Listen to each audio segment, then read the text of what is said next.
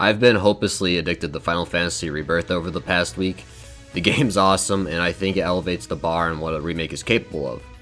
Now, remakes as a whole have a mixed reputation. There are some remakes that get revealed, and the general audience reaction is like this. Anyway, last week... However, others get reactions like these. It's a remake! What is this? This is a Ah!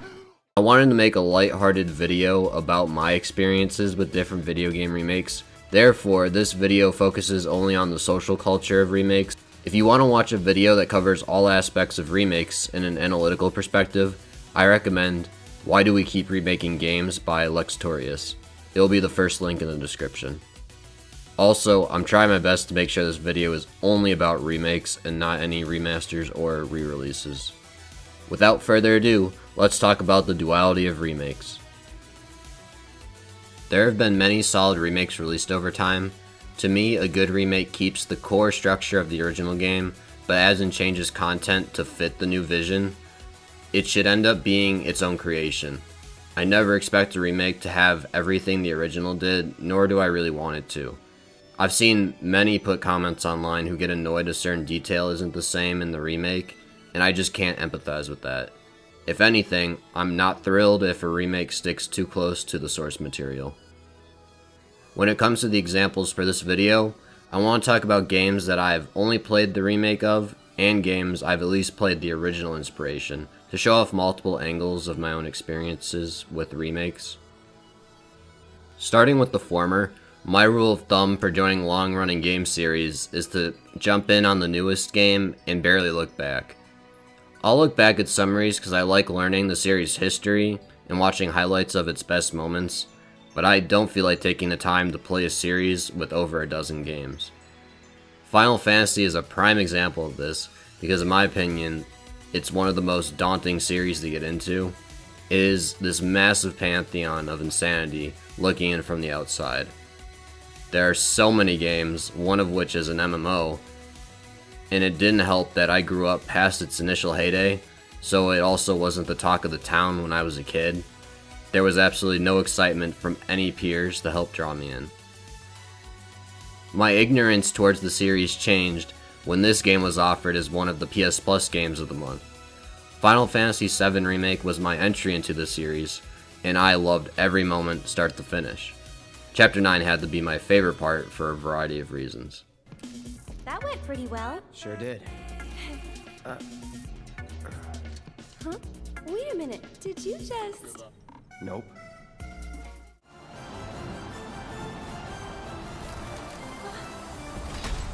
Ladies and gentlemen, What the...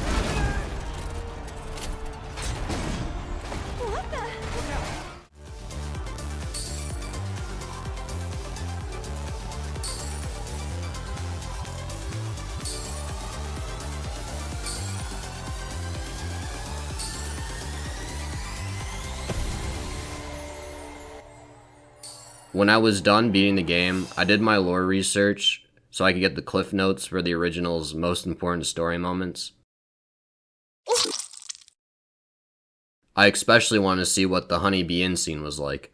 While the original wasn't as flamboyant, it definitely had its own interesting moments.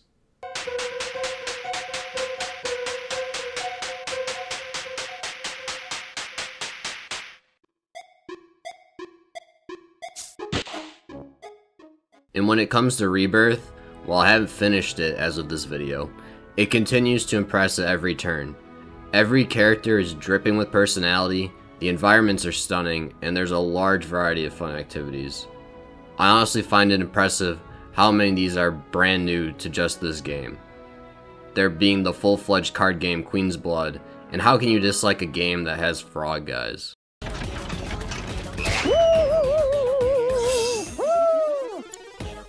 When I join a long-running series like this, I like to check out the series' online community. Word of advice, don't do this. In Final Fantasy's case, there are people who have been with the series longer than I've been alive, and they are very adamant over which games they prefer, and will be at each other's throats over which ones are better and are a true Final Fantasy game, which doesn't surprise me in the least, and as a Fallout fan, is very familiar. From a newbie's perspective, all I can say is that this trilogy Square Enix is making is something special.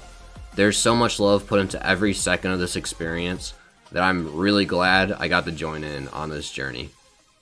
How about we hit the shower? Moving on from one large Japanese game company to another, Resident Evil is another long-running series that I joined through a remake.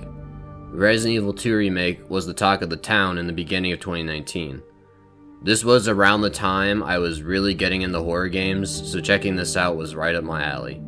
I enjoyed it so much that I played 7 right after, and it was at this point I was completely hooked on the series.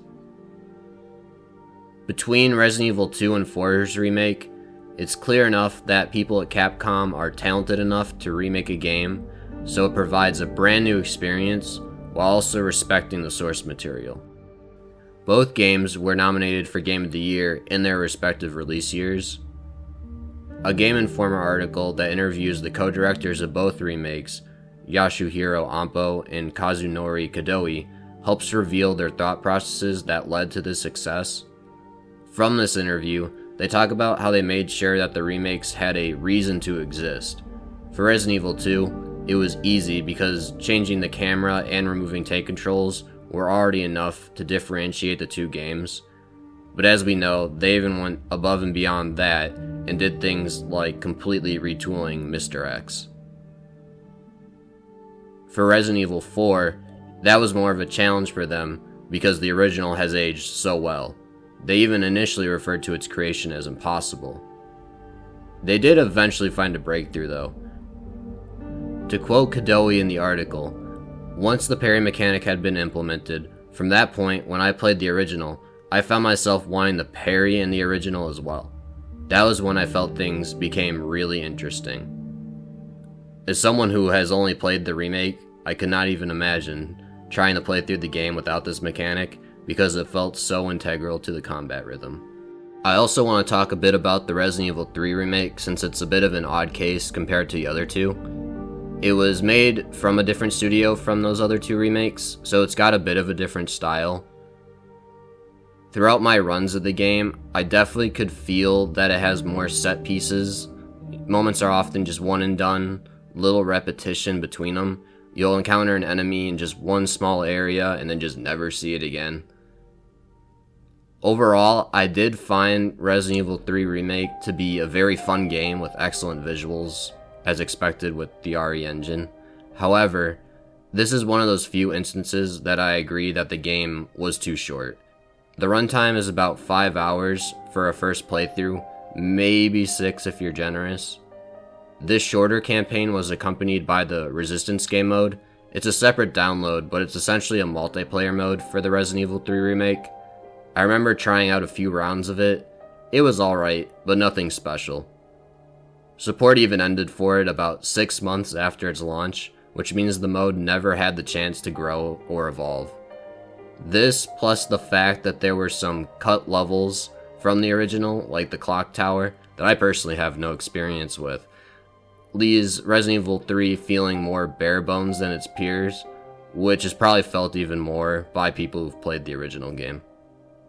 Like I said earlier, I enjoyed it since I can't compare it, but I can see why it was disappointing to some. That was my take of the Resident Evil remakes as someone who hasn't played any of the originals. Overall, these remakes attempt to put the series' best foot forward, which I feel is the quality that made me want to check these games out. Currently, I think the Resident Evil community is mostly supportive of remakes. I also think that a decent amount of people, me included, are expecting every mainline Resident Evil game before 7 to be remade on the RE engine if it hasn't already. As someone who hasn't played any of those other games prior to 7, I am 100% down with all of them being remade. Moving over to some remakes of games I have actually played the original for, let's start with Kirby.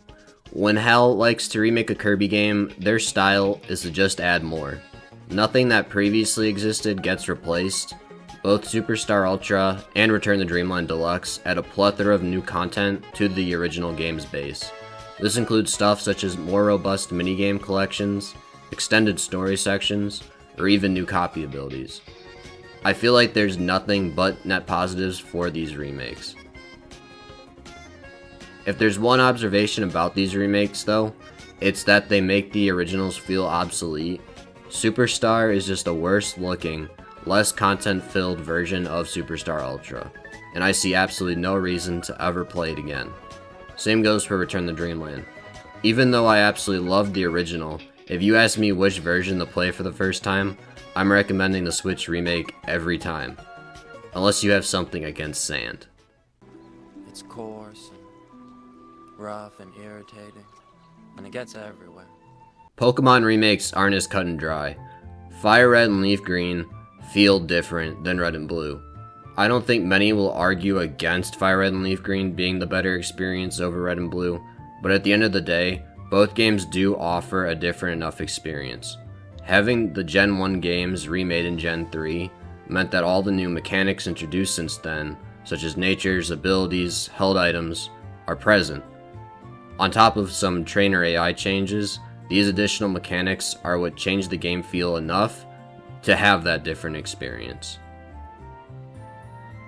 Since Heart Gold Soul Silver, a remake for the following generation has always been expected.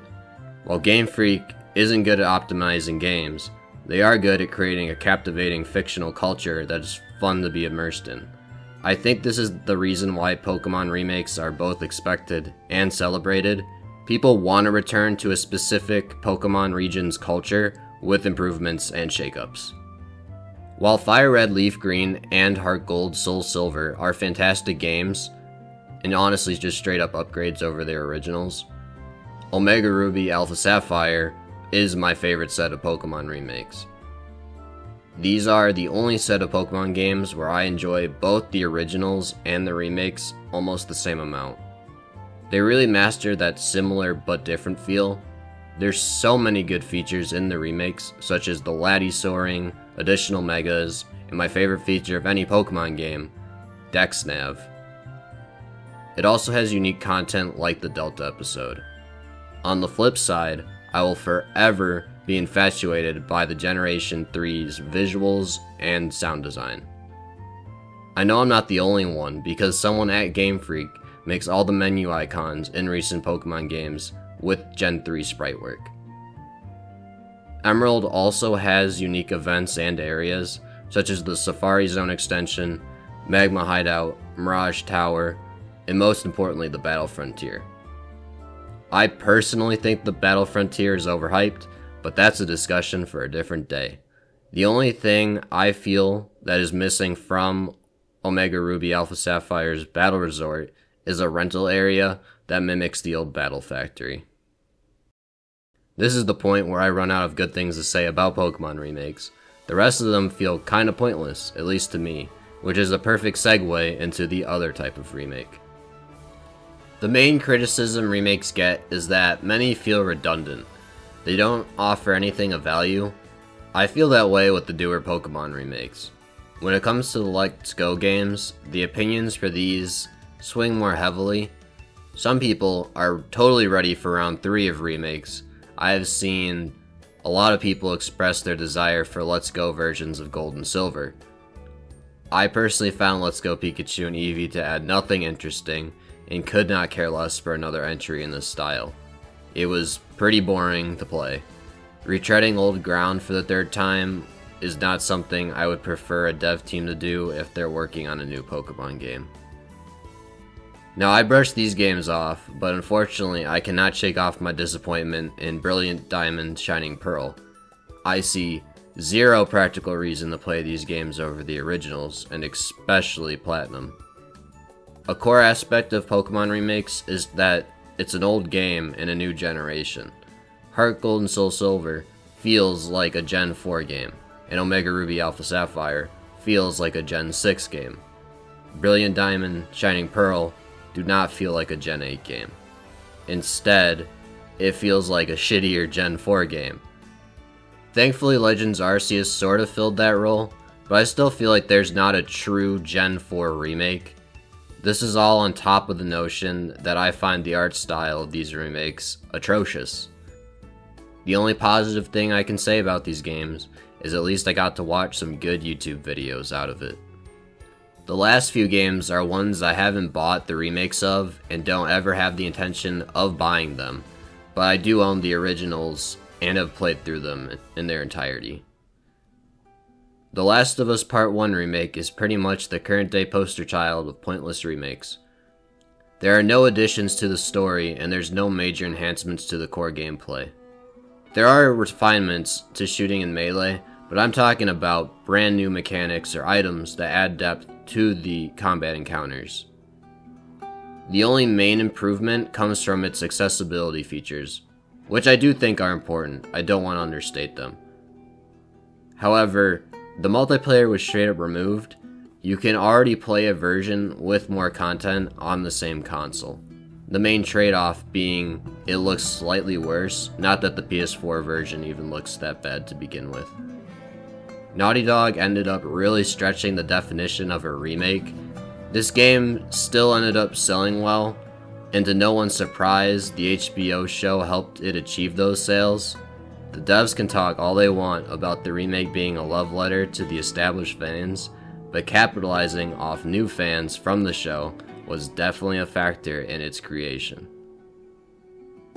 Now, while it is fun to dunk on Naughty Dog, there's another remake that I think is a bit of a more interesting story to tell. Bowser's Inside Story is easily a top 5 DS game. Everything from its gameplay to art style, dialogue, and animations are charming and fun.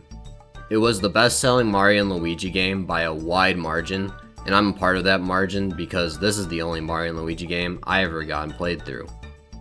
The 3DS was mostly a Pokemon device for me, because that was the era Nintendo mostly lost me as a customer for some reason. From the sales charts, you can see that Paper Jam sold okay, and the dev team Alpha Dream started going down the remake route. I'm not going to touch upon the Superstar Saga remake too much, but something seriously went wrong here. The main problem with the Bowser's Inside Story remake is that if I want to play this game on a 3DS family handheld, then all I have to do is this.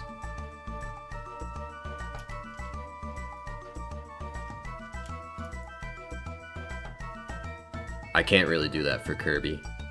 On top of this, Alpha Dream used the same art style as Dream Team for both remakes. These 3 snippets of gameplay are from 3 different games, and I think most people would have zero idea. I firmly believe that this did a lot of harm to the game's identity. You might as well have slapped the subtitle, "You already own this," on the box. To make things worse, this game was released after the Switch was. The 3DS family was on the sharp decline in public interest at this point, so games like these were not the center of attention. What were you going to buy in 2018? This or Smash Ultimate? The remake ended up being a colossal failure and the reason why the whole studio went out of business. On that somber note, as much as I would love every remake to get the attention to detail as Final Fantasy VII, there's always going to be some trash to balance the scales. It's not a remake, but it got revealed that Until Dawn was getting a remaster in the latest PlayStation State of Play, and I just thought, why? In the grand scheme of things, I am a person that does not mind remakes in the slightest. I find their biggest strength is to provide an entry point into a long-running series. At least that's how I use them, and I know I'm not alone. The Last of Us stuff kinda showed that off. I also don't feel that too many remakes are being made, contrary to some's beliefs. Remakes just have a lot of marketing behind them because they're usually for big, well-established IPs, so their presence feels bigger than it actually is. Original games from teams big and small are still the majority and are being released all the time. You just have to know where to look. Anyways, that's all for this video. Any support for the channel is appreciated. Feel free to share any experiences or knowledge you have about remakes. Cause honestly, I might just be overthinking everything, and the real key to a remake success is having a blonde male protagonist.